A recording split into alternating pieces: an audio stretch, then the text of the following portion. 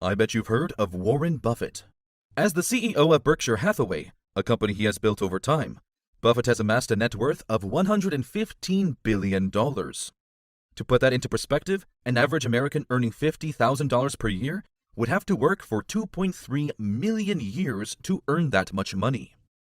That's impressive, but what's even more impressive are his frugal habits and brilliant financial mindset. The financial legend is widely respected for his ability to spot profitable opportunities, negotiate deals, and make an investment strategically. While there aren't many secrets left when it comes to accumulating wealth, Mr. Buffett's surprising habits have allowed him to amass so much money in such a short period. In this video, we'll look at 8 money habits that keep most people broke and poor, and how you can break free from them. If you want financial success in the long term, you need to save money, invest it, and have it work for you rather than against you. Financial success requires developing good money habits. These habits will be crucial for young people who are just starting their careers and have little money. Without these habits, not only will your bank account stay empty, but every time you look at it, you will be filled with stress, anxiety, and desperation. But remember, bad habits won't necessarily make you poor right away, but they will set you up for poverty in the future when retirement age creeps up on you and your savings account is virtually non-existent. So here are the 8 bad money habits that keep you broke and poor. Avoid them at all costs. Number 1. Not having a budget. If you're not careful, money can slip through your fingers without realizing it. This is especially true if you don't have a budget. Without a budget, it's easy to overspend on things you don't even need. For example, you may eat out more than you should or purchase unnecessary items simply because they are on sale. Don't fall victim to clever marketing tricks. Just because something is on sale doesn't mean you should buy it. Imagine you bought a new pair of shoes you don't need. They normally cost $100, but you found it on sale for only $50. The store wants you to think of the purchase as $50 saved, even though in reality, it's actually $50 wasted. Spending too much money without following a budget is a great way to go broke. If you want to stay on track to meet your retirement goals, you need to start tracking your spending and creating a budget. The next bad money habit is far too common in America. Before I share it, would you mind hitting that like button? It helps my channel in the YouTube algorithm and will allow me to keep making helpful videos just like this. Number 2. Lack of emergency savings. It's no secret that one of the main reasons people are broke and poor is that they don't have any emergency savings. Why is having emergency savings so important? Because it gives you a buffer in case something goes wrong. Life is unpredictable, and things can go wrong at any time.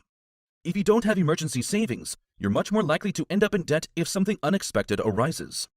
There are 2 main reasons why people don't have emergency savings. The first is that they don't earn enough money. If your income is low, it can be challenging to save anything at all. The second reason is that people often spend everything they earn instead of putting some aside for a rainy day. To get out of the cycle of being broke and poor, you must start building up an emergency fund. Aim to save at least 3 to 6 months worth of living expenses, so that you know you'll be able to cover yourself if something goes wrong. And if your income is too low to allow you to save anything, then you need to fix the next bad habit on this list. Number 3. No passive income. The vast majority of Americans are broke because they rely on just one source of income. This usually comes in the form of a 9-to-5 job that pays per hour. When you're not working, you're not earning. According to Warren Buffett, this is the worst way to earn money. Buffett is famously quoted for saying the following: "If you aren't making money while you sleep, you will work until the day you die." What does this mean? It means anyone who wants to retire needs to add a stream of passive income. This is when you set up an investment or a business that pays you continuously even when you aren't working. For example, if you have $1 million to invest and you simply put it into the S&P 500 index fund, you can expect to make about 4% return per year after accounting for inflation.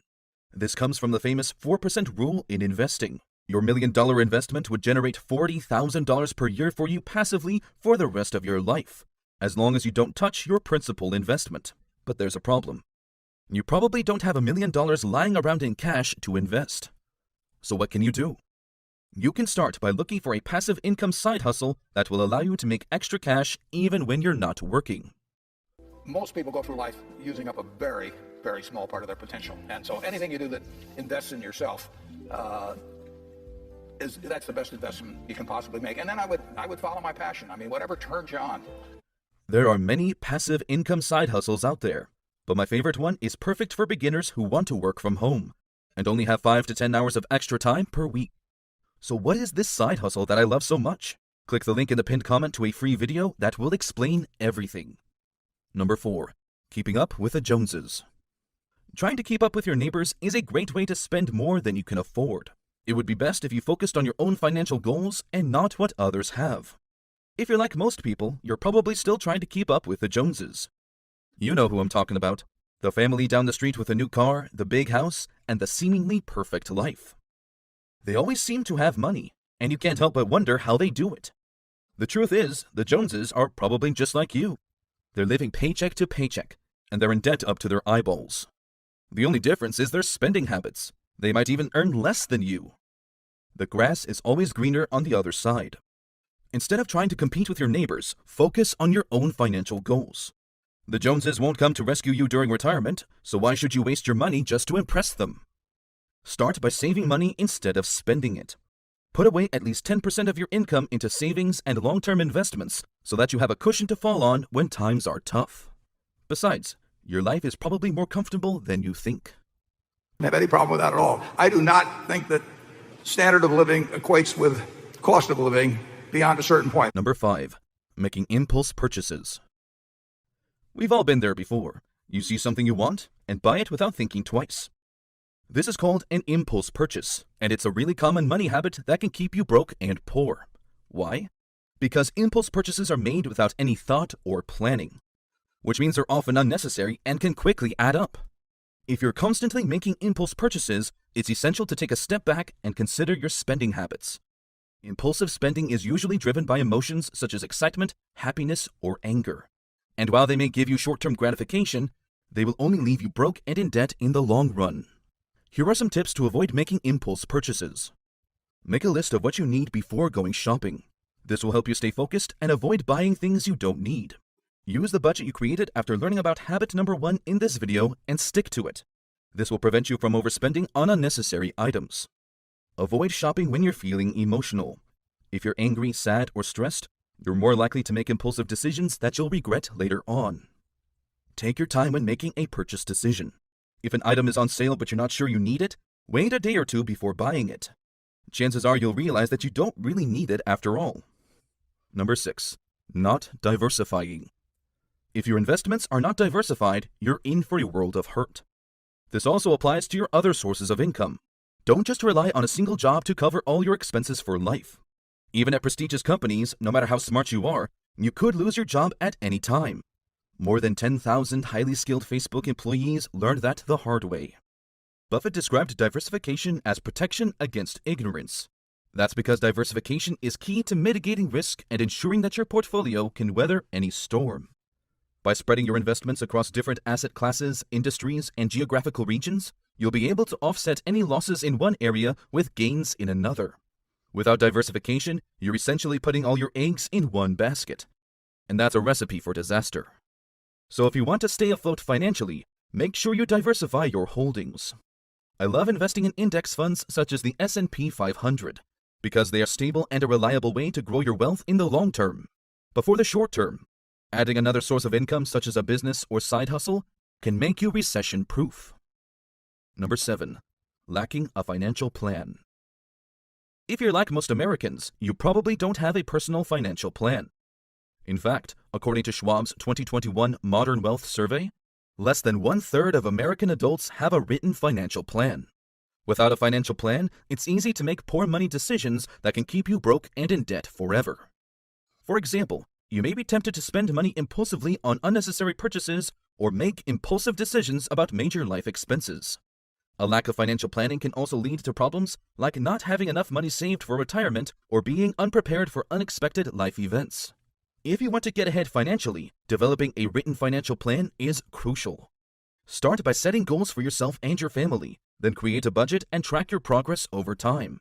If you're not sure how to get started, setting up a meeting with a licensed financial planner could be the best thing you ever do for your financial goals. Number 8. Paying lots of taxes. Paying taxes is an important part of living in a developed and functional society. They help to fund the government and allow for the development and maintenance of national systems and infrastructure. However, chances are you are unhappy with the amount you pay in taxes. Some people may try to avoid paying taxes altogether, but this is usually not possible or legal. But that doesn't mean you can't legally reduce your tax burden.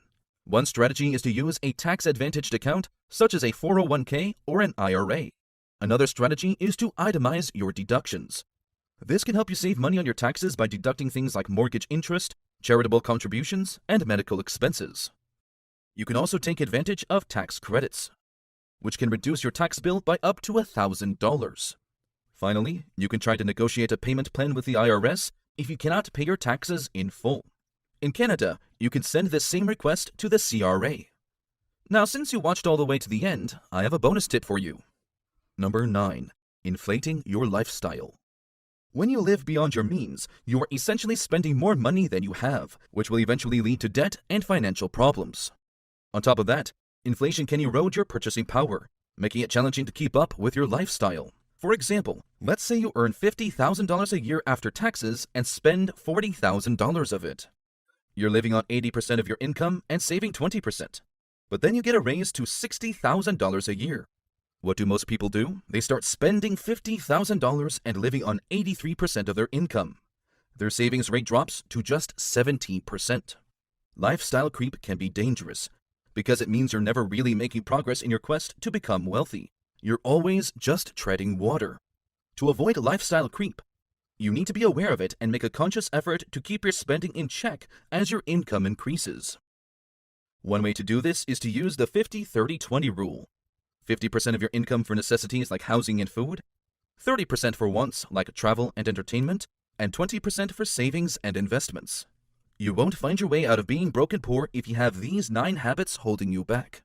If you want to add an extra source of income to boost your savings, click the link in the pinned comment.